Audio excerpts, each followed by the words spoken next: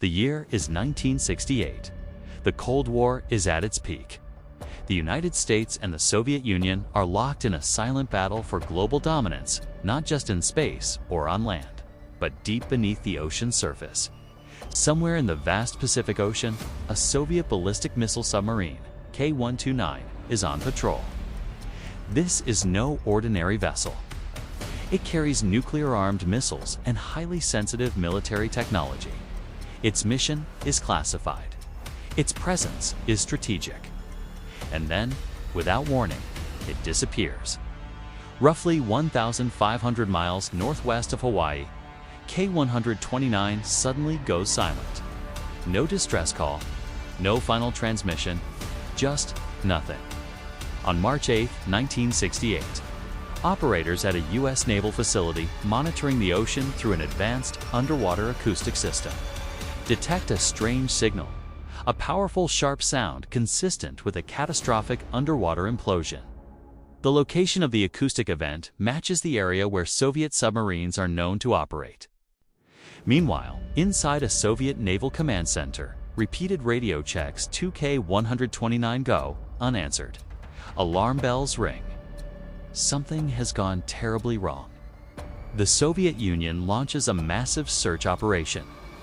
Ships and aircraft scour the Pacific for nearly 2 months. But the ocean keeps it secret. Eventually, the submarine, along with its 83 crew members, is declared lost. The United States watches closely from a distance. Once the Soviets abandon their search, American intelligence decides to investigate the mysterious underwater signal. A specially modified submarine, USS Halibut, is dispatched. Originally built as a missile submarine, it has since been converted into a covert intelligence-gathering platform equipped with sophisticated sonar systems, cameras, and deep-sea recovery devices. After weeks of scanning the ocean floor at extreme depths, the search team finally finds something unusual nearly 5,000 meters below the surface. A remotely operated camera is sent down. The images confirm it. The wreck of K-129 lies broken on the seabed. Now the question in Washington becomes unavoidable. Should the United States attempt to recover it? This isn't just a sunken submarine. It may contain nuclear warheads, missile guidance systems, encryption equipment, and classified Soviet naval technology. Gaining access to such materials could provide a major intelligence breakthrough in the Cold War. The risks, however, are enormous. President Richard Nixon is briefed. If the operation is exposed, it could trigger a serious international crisis, possibly even open conflict. But the potential intelligence value is too significant to ignore. The mission is approved. The CIA is tasked with carrying out one of the most ambitious covert engineering operations in history, later known as Project Azorian. How do you lift a 2,700-ton submarine from almost 5 kilometers below the ocean's surface? The solution sounds like science fiction. Build a giant mechanical claw, send it down to the seafloor, grab the wreck, and haul it up. But how could you possibly build something so massive without the whole world finding out? This is where the eccentric billionaire Howard Hughes comes in. Known for his bold and sometimes bizarre projects, Hughes was the perfect cover. The official story was that he was getting into deep-sea mining. A revolutionary new ship would be built to collect manganese nodules from the ocean floor. The ship built for this supposed mining operation was named the Hughes Glomar Explorer. On the outside, it was a state-of-the-art mining platform. In reality, it was a covert recovery vessel built around a massive hidden lifting system. This ship was enormous, nearly 189 meters long. At its center was a concealed opening called a moon pool, which allowed equipment to be lowered and raised secretly away from prying eyes. To reach the wreck, engineers devised a system using around 600 giant steel pipes, each about 9 meters long. These would be connected one by one, forming a colossal 5,000-meter-long pipe string to lower the mechanical claw, nicknamed Clementine, to the seabed. After 6 years of planning and construction, the mission, codenamed Project Azorian, finally began in the summer of 1974, as the Glomar Explorer moved into position over the wreck of the Soviet submarine K-129. The tension was immense. Soviet ships were in the area. At one point, a Soviet vessel came close and radioed to ask what they were doing. The crew calmly stuck to the cover story. They were just conducting deep-sea mining tests. The explanation worked, and the Soviets moved on. With the coast clear, the Claw began its slow, multi-day descent into the crushing darkness.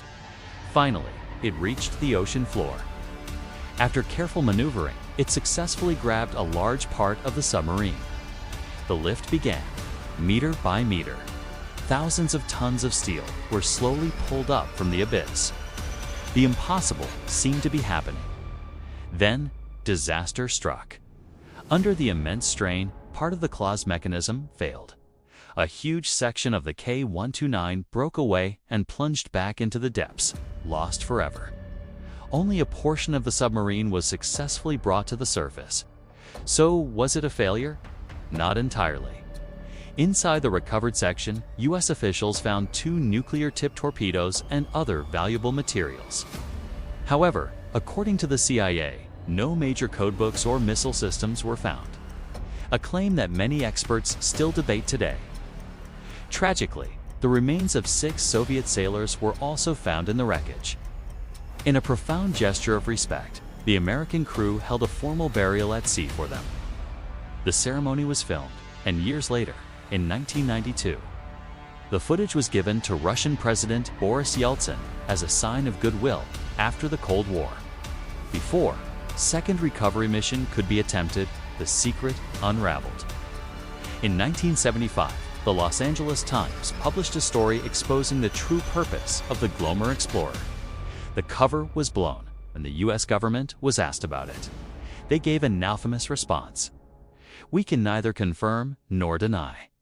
This phrase became known as the Glomar response. With the mission exposed, any hope of going back for the rest of the sub was gone.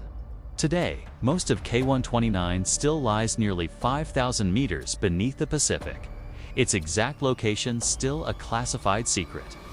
What started as a mysterious disappearance became one of the most audacious and expensive intelligence operations in history, a tale of incredible engineering, Cold War intrigue, and secrets that remain buried in the deep.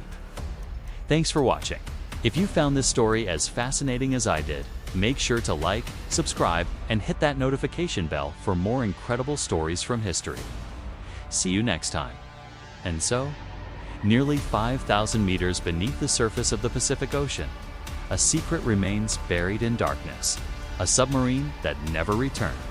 A covert mission that cost hundreds of millions of dollars, and an operation whose full truth may still be hidden from the world. The Cold War may be over, but some of its deepest secrets are still resting on the ocean floor. If you found this incredible and intense historical story fascinating, make sure to like this video. Your support helps us bring you more powerful and untold stories like this one. Don't forget to subscribe to the channel so you never miss the world's most shocking secret operations and hidden chapters of history. Share this video with your friends, especially those who love military history, intelligence, missions, and Cold War mysteries. And tell us in the comments, do you think the CIA really recovered only torpedoes? Or is there a bigger secret that's still being kept from the public? We'd love to hear your thoughts. Disclaimer: this video is based on publicly available information, historical records, and declassified documents. Some details may vary depending on the source. The purpose of this content is purely educational and informational. It is not intended to promote propaganda or target any country, organization, or institution.